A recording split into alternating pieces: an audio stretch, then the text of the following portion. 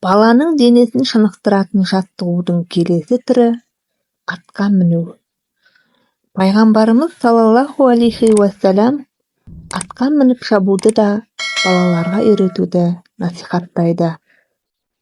Оны көңілді сейілтетін жаттығу ретінде күндегі жаттығулардың арасына қосуды айтқан. Ат және түйе жарыстарын өткізіп тұруға шақырған. Кейбір хадистерде ардақты елшінің өзіне тікелей осындай жарыстарға қатысқандығы айтылады. Бұл жайлы Әнәс пайғамбарымыздың Абда атты түйесінен ешқандай түйе оза алмайтын. Бірде-бір бәдәуи келіп, пайғамбарымызбен жарысып озып кетті.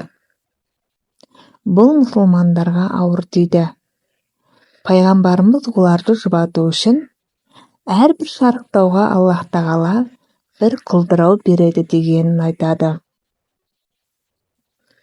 Аталарымызда баланы жастайынан атқа мінуге дағдыландырып отырған.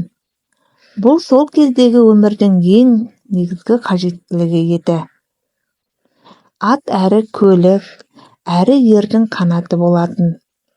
Өйткені талай батырлар ат үстінде елін қорғады.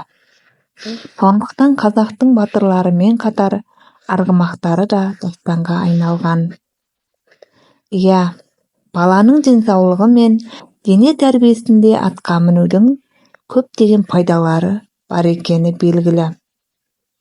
Қазіргі таңда дәрігерлер көптеген жүйке ауруларына да қатысты ем ретінде атқа мінуді қолданып келеді.